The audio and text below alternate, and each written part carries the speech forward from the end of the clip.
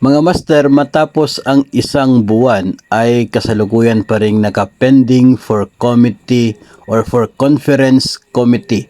Ito pong Senate Bill number 1964, ang bersyon ng mga senador para po ito doon sa pagpapataas ng cash allowance ng mga public school teachers. Mayroon din pong bersyon nito ang mga kongresista, mga master, na aprobado na rin po nila. Pero yung pagkakaiba kasi doon sa dalawang versions na ito ay doon sa pag-implement ng 7,500 cash allowance at ng 10,000 na cash allowance kung kailan ito magsisimula. Kaya dahil sa pagkakaiba ng kanila pong napag-aproban ay kinakailangan magkaroon ng conference committee dito po sa mga senador at mga kongresista. 1 month na po yung lumipas mula nang tinanggap ng mga kongresista ang proposal ng mga senador for a conference committee, kung saan I guess 5 yata ng mga senador yung magiging representante nila para pag-usapan yung difference. Pero until now, after 1 month ay ganun pa rin, pending for committee or for conference committee itong estado ng House Bill na ito at Senate Bill. No, personally for me mga master, importante po na ma-actionan ito agad kasi especially at ngayong darating na July ay magsisimula po ang susunod na school year.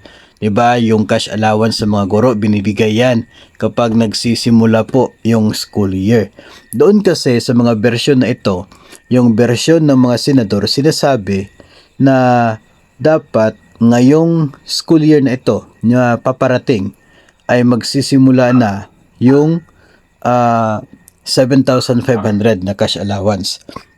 Yung bersyon naman ng mga kongresista ay sa susunod na school year, 2025 to 2026, yung simula ng 7,500. No, sa mga senador, supposedly 10,000 na by next year. So yun po yung difference. Napakalaki po ng difference na yan. Kaya dapat mong mapag-usapan at magkaroon ng unified na desisyon. Isang bersyon na aprobado ng dalawang houses of the Congress na siya po maging batas na pipirmahan ng Pangulo at maging batas.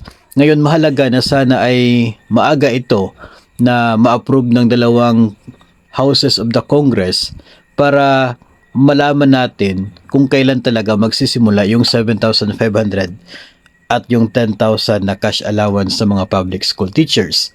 Hanggat hindi po ito ma-approve ay mananatili pa rin na nasa 5,000 ngayong school year na paparating at no chance, no, or depende sa maging agreement po nila.